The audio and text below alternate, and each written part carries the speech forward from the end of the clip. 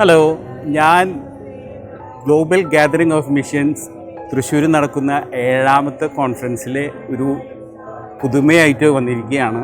കഴിഞ്ഞ കൊല്ലവും ഞങ്ങളുണ്ടായിരുന്നു.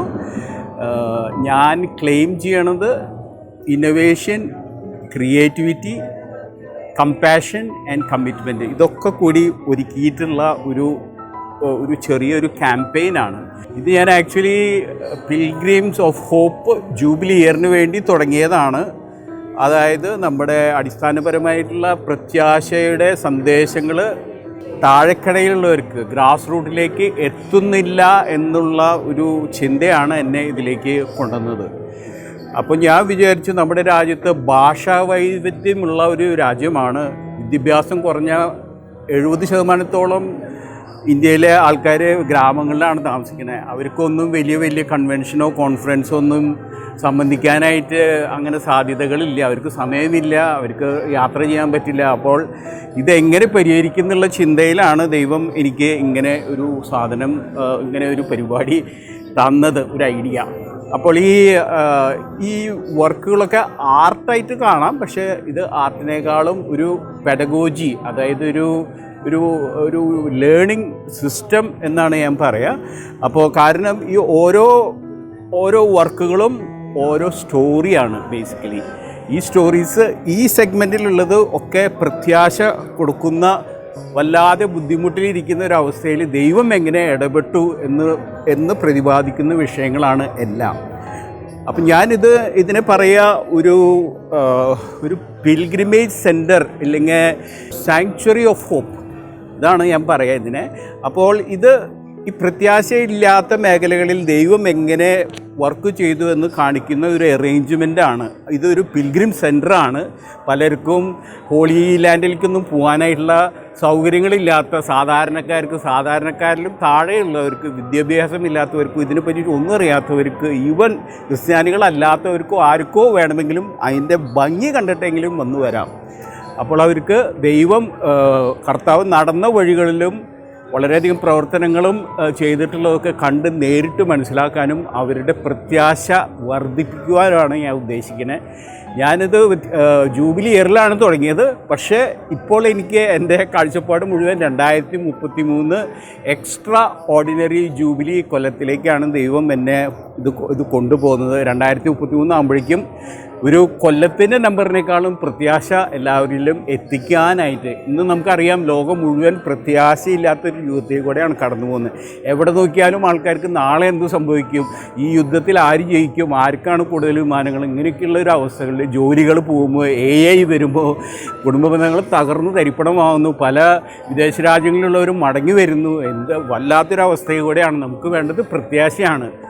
അപ്പോൾ ഈ ചെറിയ ഒരു പ്രോജക്റ്റിൽ കൂടെ ഒരു സാധ്യതയാണ് ഞാൻ പല സ്റ്റേക്ക് ഹോൾഡേഴ്സിനും മനസ്സിലാക്കി കൊടുക്കുന്നത്. നമ്മളെപ്പോഴും സൈഡിലേക്കാക്കി വെച്ചിട്ടുള്ള ഈ നമ്മളെപ്പോഴും പറയും AI ആണ്, ഇല്ലെങ്കിൽ മൾട്ടിമീഡിയ ആണ്, ഇല്ലെങ്കിൽ TV ആണ്. പക്ഷേ ഇതൊന്നും അല്ലാത്ത സ്റ്റാറ്റിക് പടങ്ങളിൽ കൂടെ തന്നെ പരിശുദ്ധാത്മാവ് നിങ്ങളെ നടത്തി നിങ്ങളുടെ പ്രത്യാശ വർദ്ധിപ്പിക്കും എന്നുള്ള ഒരു ചെറിയ പ്രോജക്റ്റാണ്. ഞാനും എൻ്റെ വൈഫും ഞങ്ങൾ ബാംഗ്ലൂരിലാണ്. അപ്പോൾ ഇതൊരു ഫുൾ ടൈം കമ്മിറ്റ്മെൻറ്റ് ആയിട്ട് എടുത്തിരിക്കുകയാണ്. ഞാനൊരു സ്കോപ്പ് സ്റ്റഡി ആയിട്ടാണ് തുടങ്ങിയത്. ഒരു 5 സ്റ്റേറ്റുകളിൽ കൂടെ ഞാനിത് കടന്നുപോയി. ട്രൈബൽസ് തൊട്ട്, കൊച്ചു പിള്ളേർ തൊട്ട്, old age home, differently able, സെമിനാരി, പല മേഖലകളിലും ഇത് ടെസ്റ്റ് ചെയ്ത് അവരുടെ അനിഷ്ടങ്ങളൊക്കെ നോക്കി ഒപ്റ്റിമൈസ് ചെയ്ത് ഇപ്പോൾ ഒരു ലെവലിൽ എത്തിയിരിക്കുകയാണ്. ഇനി അത് കൂടുതൽ കമ്മീഷൻ ഹെഡുകളോ ഇല്ലെങ്കിൽ ബിഷപ്പ്മാരൊക്കെ, പിതാക്കന്മാരൊക്കെ കണ്ട് ഇതെങ്ങനെ അവരുടെ സിറ്റുവേഷനിലേക്ക് എങ്ങനെ ഇത് ആവാഹിക്കാം, ഇല്ലെങ്കിൽ ഇതെങ്ങനെ അവരിൽ പ്രവർത്തനക്ഷമമാക്കാം എന്നുള്ള ഉദ്ദേശത്തോടു കൂടിയിട്ടാണ് ഇവിടെ വന്നിരിക്കുന്നത്. സോ ഷാജി ഇൻട്രൊഡക്ഷനിൽ പറഞ്ഞ പോലെ, ഷാജി, ഞാൻ ഷൈന, ഞങ്ങൾ കപ്പിൾസാണ്. ബാംഗ്ലൂരിൽ നിന്ന് വരുന്നു. ഞങ്ങൾ തൃശ്ശൂർക്കാരാണ്, പക്ഷേ ബാംഗ്ലൂർ സെറ്റിൽഡാണ്. അപ്പോൾ ഷാജിക്ക് എന്താ പറയുക, ദൈവത്തിനെ സേവിക്കുക എന്ന് പറഞ്ഞിട്ടുള്ള അപ്പോൾ ഒരു വിഷൻ പോലെ. So he is A full timer. Full time തല ഇങ്ങനെ കറങ്ങിക്കൊണ്ടിരിക്കും, ദൈവത്തിന് വേണ്ടി എന്ത് ചെയ്യാൻ പറ്റും. അപ്പോൾ ഈ എന്താ പറയുക, ഇതാണിപ്പോൾ ബൈബിള് ഒരു ദൃശ്യാവിഷ്കരണം. അപ്പോൾ ഞങ്ങൾ പറയുക ഇങ്ങനെയാണ്, മോശനെ വിളിച്ചപ്പോൾ കർത്താവിനെ വിളിക്കായിരുന്നു, പോയിട്ട് എൻ്റെ ജനതയെ ഈജിപ്തിൽ നിന്ന് കൊണ്ടുപോകുമെന്ന് അങ്ങോട്ട് പറഞ്ഞാൽ മതിയായിരുന്നു. പക്ഷേ അതിന് പകരം ദൈവം വിളിച്ചിട്ട് ഒരു ബേണിംഗ് ബുഷ് കാണിച്ച് ഒരു സർപ്രൈസ് ഫാക്ടർ ഉണ്ടാക്കി, ഒരു ക്യൂരിയോസിറ്റി ഉണ്ടാക്കി. എന്നിട്ടാണ് അത് ആ ഒരു എന്താ പറയുക ജോലി അല്ലെങ്കിൽ മെസ്സേജ് ജോലി കൊടുത്തത് മോസസിന്. അപ്പോഴാണ് മോസസ് ആ ജോലി ഏറ്റെടുത്തത്. അപ്പോൾ അതേപോലെ ഞങ്ങൾ പറയുക, ഈ ഓരോ ഇതിലുള്ള ഓരോ ആർട്ടുകളും കാണുമ്പോൾ എല്ലാവർക്കും next time when they read the Bible അവർക്ക് ഒരു ഇമാജിനേഷൻ പവർ ഉണ്ടാവും. They can see it in the mind. ഈ ഓരോ ആളുകളെയും അല്ലെ ഈ ബൈബിളിലത്തെ ഓരോ കാര്യങ്ങളും ഇങ്ങനെ കണ്ട് അതിൻ്റെ കൂടെ അവർക്ക് സഞ്ചരിക്കാൻ പറ്റും. അപ്പോൾ ബൈബിൾ വായന ഒരു ലൈവ്ലി വായനയാവും, കുറച്ചും കൂടെ ഒരു മീനിങ് ഫുൾ വായനയാവും, മനസ്സിലാക്കി വായിക്കാൻ പറ്റും നമുക്ക്. അപ്പോൾ ഹോളി സ്പിരിറ്റിൻ്റെ ആ ഒരു ഇൻ്റർവെൻഷനും കൂടെ വരുമ്പോൾ they can understand it. And then there will be lots of എന്താ പറയുക വിശുദ്ധന്മാരുണ്ടാവും എന്ന് പറയാം. ശരിക്കും പറഞ്ഞു കഴിഞ്ഞാൽ അങ്ങനെയല്ലേ ബൈബിള് വായിച്ചു കഴിയുമ്പോൾ ബൈബിള് എന്ന് പറയുന്നത് വചനം എന്ന് പറയുന്നത് ഇരുതല വാൾ ഉള്ള പോലെ മൂർച്ചയുള്ളതാണെന്ന് പറയാം. അപ്പം അത് കുത്തി കയറി കഴിയുമ്പോൾ നമ്മളതിന് ട്രാൻസ്ഫോർമേഷൻ ഉണ്ടാവും, ഹീലിംഗ് ഉണ്ടാവും. സെയിം ലൈക്ക് പിത്തള സർപ്പത്തിന് കണ്ട് ഹീൽ ചെയ്യുന്ന പോലെ ഈ ഇതിക്കൂടെ കടന്നു പോകുന്നവരെല്ലാവരും ഹീലാവണം. ഷാജി പറഞ്ഞ പോലെ സാങ്ച്വറി ഓഫ് ഹോപ്പ് ഇതിലെ പോകുമ്പോൾ അവർ വിശുദ്ധ നാട്ടിൽ കൂടെ പോയ ഒരു അനുഭവം അവർക്ക് ഉണ്ടാവും. So they will become a pilgrim. അപ്പോൾ അതാണ് ഞങ്ങളുടെ ഐഡിയ. സോ ഒരാളെങ്കിലും പോയിട്ട് ബൈബിൾ തുറന്നു നോക്കിയാൽ we have done our work.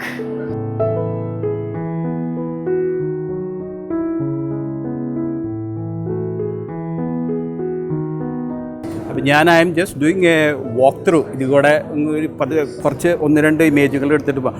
ഒരെണ്ണം ബൈബിൾ മനസ്സിലാക്കണമെങ്കിൽ എനിക്ക് അറിയാം പല ബൈബിൾ ക്വിസുകളും ഇതുകളൊക്കെ. ബൈബിൾ ബുദ്ധിപരമായിട്ട് ഉപയോഗിക്കേണ്ട ഒരു സാധനമല്ല. ബൈബിള് പഠിപ്പിച്ചു തരുന്നത് പരിശുദ്ധാത്മാവാണ്. പരിശുദ്ധാത്മാവാണ് പല മിസ്റ്ററികളും ഓരോ വരിയിലുമുള്ള മിസ്റ്ററികൾ റിവീൽ ചെയ്യുന്നത്. അപ്പോൾ ഈ ചെറിയ ഈ പോർട്ടബിൾ ആർട്ട് ഗാലറി കൂടെ നടന്നു പോകുമ്പോൾ ആദ്യം പരിശുദ്ധാത്മാവിനെ ധ്യാനിക്കണം. അപ്പോൾ പരിശുദ്ധാത്മാവ് നമ്മുടെ കണ്ണുകളെ അതിലൂടെ നയിച്ച് നമുക്ക് പുതിയ വിവരങ്ങൾ തരും അതാണ് ഇത് ആദ്യമായിട്ട് വെച്ചിട്ടുള്ളത്. അപ്പോൾ ഓരോന്നും ഓരോ കഥയാണ്. ഇത് അബ്രഹാമും യാക്കോബും ചെറിയ കുഞ്ഞ്, ഈ ഒരു ചെറിയ എനിക്ക് തോന്നണ മാതാവിൻ്റെ അത്ര വിഷമം ഈ കൊച്ചു കുഞ്ഞിനെ ബലി കഴിക്കാൻ പോകുമ്പോൾ അബ്രഹാമിന് ഉണ്ടായിട്ടുണ്ട്. പുള്ളി മേലേക്ക് കടന്നു പോകുമ്പോൾ താഴത്തേക്ക് നോക്കണില്ല, കുഞ്ഞിൻ്റെ മുഖത്തേക്ക് നോക്കണില്ല, അത്രയും വിഷമത്തോട് കൂടിയിട്ടാണ് പോണത് മേലേക്ക്. അപ്പോൾ പക്ഷേ അത് ആ വലിയൊരു വിശ്വാസത്തെയാണ് പ്രതിനിധീകരിക്കുന്നത്. അപ്പോൾ ഓരോ കഥകളിലും ഇത് ഫോർ എക്സാമ്പിൾ ഇത് നോക്കുമ്പോൾ ഒരു കുഞ്ഞേ കഥയാണ്. കുഞ്ഞിതല്ല, ഓഫ് കോഴ്സ് അവർ വലിയൊരു മാളിക പണിത് ബാബേൽ ഗോപുരമാണിത്. അപ്പോൾ ഇതിലെന്തുണ്ടായെന്ന് വിചാരിച്ചാൽ മനുഷ്യൻ്റെ ധാർഷ്ട്യം കാരണം ദൈവത്തിന് വിഷമം വന്നു. ദൈവം അവരുടെ കമ്മ്യൂണിക്കേഷൻ മിസ്മാച്ച് ചെയ്തു. അതായത് സിമെൻറ്റ് ചോദിക്കുമ്പോൾ വെള്ളം ചോദിക്കുമ്പോൾ മണലും കല്ല് അങ്ങനെയൊക്കെ ആയിട്ട് വളരെയധികം കമ്മ്യൂണിക്കേഷൻ കെയോസ് വന്നു. അങ്ങനെയാണ് ദൈവം ഈ ബാബേൽ ഗോപുരം മുഴുവൻ തകർത്തത്. ഇന്ന് പല കുടുംബങ്ങളിലും കമ്മ്യൂണിക്കേഷൻ വളരെ മോശമാണ്. ഭർത്താവ് ഒന്ന് പറയുന്നു, ഭാര്യ വേറെ കേൾക്കുന്നു, ഭാര്യ സമാധാനിപ്പിക്കാൻ നോക്കുന്നു, അപ്പോഴേക്കും പിള്ളേർ വന്ന് വേറെ പറയുന്നു, അപ്പോഴേക്കും അമ്മായിയമ്മ വരുന്നു. അപ്പോൾ കുടുംബത്തും ദൈവത്തിൻ്റെ ആ സ്നേഹമില്ലെങ്കിൽ കമ്മ്യൂണിക്കേഷൻ ആകെ ഇതാകുകയും കുടുംബങ്ങൾ തകർന്നു പോവുകയും ചെയ്യുന്നു. അപ്പോൾ ഓരോ കഥയ്ക്കും അതിൻ്റേതായ പല വേർഷനുകളുണ്ട്. ഫോർ എക്സാമ്പിൾ ഇതിപ്പോൾ ഞാൻ 2033 എന്ന് പറയുമ്പോൾ അവിടെ ഒരു ബീക്കണാണ്, ഒരു ലൈറ്റ് ഹൗസ്. അതായത് ഒരു മുക്കുവൻ അന്നത്തെ ക്യാച്ച്, അന്നത്തെ ആ മീനൊക്കെ പിടിച്ച് വീട്ടിലേക്ക് പ്രത്യാശയോടുകൂടി മടന്നു പോകുമ്പോൾ പെട്ടെന്ന് കാർമേഘം ഉരുണ്ടുകൂടുകയും വലിയ കൊടുങ്കാറ്റും ഉണ്ടാകുകയും ആകെ അന്ധകാരം കൊണ്ട് നിറങ്ങി അവൻ്റെ മുഴുവൻ പ്രത്യാശയും വീട്ടിലേക്ക് പോകാനുള്ള പ്രത്യാശയും നശിച്ചു പോകുന്നു. പെട്ടെന്നാണ് ആ ഒരു ചെറിയ വെളിച്ചത്തിൻ്റെ ഒരു കണിക കാണുകയും അവനുള്ളിലേക്ക് പെട്ടെന്നൊരു ശക്തി കടന്നു വരികയും വീട്ടിലേക്ക് എത്താൻ പറ്റുമെന്നുള്ള പ്രത്യാശ വരികയും അവൻ വളരെ ശക്തിയോടുകൂടി തുഴഞ്ഞ് വീട്ടിലെത്തി. അതേപോലെ നമ്മൾ വചനം വായിക്കുമ്പോൾ നമ്മളിലേക്ക് വലിയൊരു പ്രത്യാശ കടന്നു വരികയും ലോകത്തിലെ ഒരു സമ്പത്തിനും ഒരു സൃഷ്ടിക്കും തരാൻ പറ്റാത്ത അത്ര വലിയൊരു പ്രത്യാശ ദൈവവചനത്തിലൂടെ നമ്മളിലേക്ക് ഉൾനിറുകയും എന്തൊക്കെ പ്രതിബന്ധങ്ങളായാലും നമ്മൾക്ക് അത് തരണം ചെയ്ത് മുമ്പിലേക്ക് പോകാൻ സാധിക്കുന്നു. അപ്പോൾ ഇതൊക്കെ ചെറിയ കുട്ടികൾക്ക് ടീനുകൾക്ക് പറഞ്ഞു കൊടുക്കാനാണ്. അവർക്ക് എപ്പോഴും ഇപ്പോൾ ഐഡൻറ്റിറ്റി ക്രൈസിസ് ആണ്. ഇല്ലെങ്കിൽ അത് വലിയ പരീക്ഷയാണ്, ഇല്ലെങ്കിൽ വലിയ കോമ്പറ്റീഷനാണ്, എന്നെ കൊണ്ട് പറ്റുമോ. പക്ഷേ ദൈവത്തിൻ്റെ ആ വിശ്വാസം ഇതിലെ പറയുന്നത് ദാവീദിൻ്റെ 3 കല്ലുകളാണ്. ആരും വിചാരിച്ചില്ലേ 3 കല്ലുകൾക്ക് ഇത്ര വലിയ ഒരു രാക്ഷസനെ തകർക്കാൻ പറ്റുന്നു. അപ്പോൾ അതേപോലെ ഇതൊക്കെ ഇന്നത്തെ കാലത്തെ പെർസിക്യൂഷനൊക്കെ നടക്കുമ്പോൾ നമ്മൾ വളരെ വിദഗ്ധമായി തന്ത്രപരമായിട്ട് കാര്യങ്ങൾ ചെയ്താൽ നമുക്കിതൊക്കെ ഓവർകം ചെയ്യാൻ പറ്റും എന്ന് യങ്സ്റ്റേഴ്സിനെ പറഞ്ഞു കൊടുക്കാം. ഇത് ദാനിയേലിൻ്റെ 3 കൂട്ടുകാരാണ്, ഷദ്രക്, മെസാക്, അബേദ്നെഗോ. അവരെ നെബൂഖദ്നേസർ രാജാവ് അവരെ തീയിലേക്ക് എറിയാനായിട്ട്, കാരണം അവർ നെബൂഖദ്നേസർ രാജാവ് ഉണ്ടാക്കിയ സ്വർണ്ണ ദൈവത്തെ ആരാധിക്കാൻ പറഞ്ഞ് ഇവർ ആരാധിച്ചില്ല. അപ്പോൾ ഇവരെ തീയിലേക്ക് എറിയാൻ പോകുന്നതിൻ്റെ ഒരു ഭാഗമാണ്. അപ്പോൾ അവർ തീയിലേക്ക് എറിഞ്ഞപ്പോൾ അവർ 3 പേരും ദൈവത്തെ സൂക്ഷിച്ചുകൊണ്ട് തീ കൂടെ നടന്നു പോവുകയാണ്. കൂടെ ഒരു 4ാമത്തെ ആൾ കൂടി ഉണ്ടായിരുന്നു. അതായത് അവർ പക്ഷേ നടന്നു ആ തീയിനെ ഓവർകം ചെയ്ത് നെബൂഖദ്നേസർ രാജാവ് അവരെ വീണ്ടും തിരിച്ചു വിളിക്കുകയും അവരുടെ ദേഹത്ത് ഒരു പോറൽ പോലും, ഒരു ഭസ്മത്തിൻ്റെ തുണി കരിഞ്ഞതിൻ്റെ ഒരു പൊടി പോലും ഉണ്ടായിരുന്നില്ല.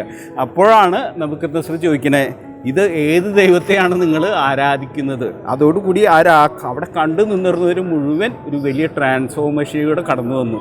അവർ മുഴുവൻ സത്യദൈവമായ ദൈവത്തെ, ഇവരുടെ 3 പേരും ദൈവത്തെ ആരാധിക്കാൻ തുടങ്ങി. എനിക്കിതിൽ കീ ആയിട്ട് പറയാനുള്ളത്, ഇന്നത്തെ തലമുറ മുഴുവൻ ഇതേപോലെ തീയിലൂടെയാണ് നടന്നു പോകുന്നത്. പലപ്പോഴും അവർക്കത് കമ്മ്യൂണിക്കേറ്റ് ചെയ്യാൻ അറിയില്ല. ചെറിയ കാര്യങ്ങളാവും, പക്ഷേ തീ ഭയങ്കര നൊമ്പരങ്ങളിലൂടെ കടന്നു പോകണേ. അപ്പോൾ അവർക്ക് ദൈവത്തെ ഏറ്റെടുക്കാനോ വചനത്തിൽ കയറി പിടിക്കുവാനോ അതിന് പകരം അവർ പലതരത്തിലുള്ള മെറ്റീരിയൽ സാധനങ്ങൾ, അത് എന്താണെന്ന് ഞാൻ പറയുന്നില്ല, അതിലേക്കാണ് സാധാരണ സാധ്യത. അതിന് പകരം അവർ ദൈവത്തെ വിളിച്ചാൽ ദൈവം തീർച്ചയായും ഒരു രക്ഷ അവർക്ക് എവിടെ നിന്നാണെന്നൊന്നും അറിയാൻ പോലും പറ്റില്ല. അങ്ങനെ ഒരു സാധ്യത ഉണ്ട്. അപ്പോൾ ഓരോ കഥയിലും അതിൽ ലെയേഴ്സ് ഓഫ് സ്റ്റോറീസ് ഉണ്ട്. അപ്പോൾ ആ സ്റ്റോറീസൊക്കെ കിട്ടുമ്പോൾ ഇതൊക്കെ ഞങ്ങൾ പറയും പിള്ളേരോട്, നിങ്ങൾ വീട്ടിൽ പോയി ഇത് വായിക്കുക, ദിസ് ഇസ് വണ്ടർഫുൾ. ഇനി പെട്ടെന്ന് പറയുകയാണെങ്കിൽ ഇതൊക്കെ നമ്മുടെ കാത്തലിക് ബൈബിളിൽ ഉള്ളതാണ്, പ്രൊട്ടസ്റ്റന്റ് ബൈബിളിൽ ഇല്ല. അത് തോബിത്തിൻ്റെ ഒരു കഥയാണ്. റാഫേൽ മാലാഖ ഒരു കൂട്ട്, തോബിയാസിന് അറിയില്ല ഇത് മാലാഖയാണോ ഇത് ആരാണെന്ന്. പക്ഷേ ഒരാൾ സഹായത്തിന് എപ്പോഴും കൂടെ ഉണ്ടാകുകയും പല വിധത്തിലുള്ള തരണങ്ങൾ ഓവർകം ചെയ്ത് ഉദിഷ്ട കാര്യങ്ങൾ സാധിച്ച് മടങ്ങി വന്നു. അപ്പോൾ ദൈവം ഏതവസരത്തിലും ഒരു സഹായകനെ നമുക്ക് കൊടുക്കും.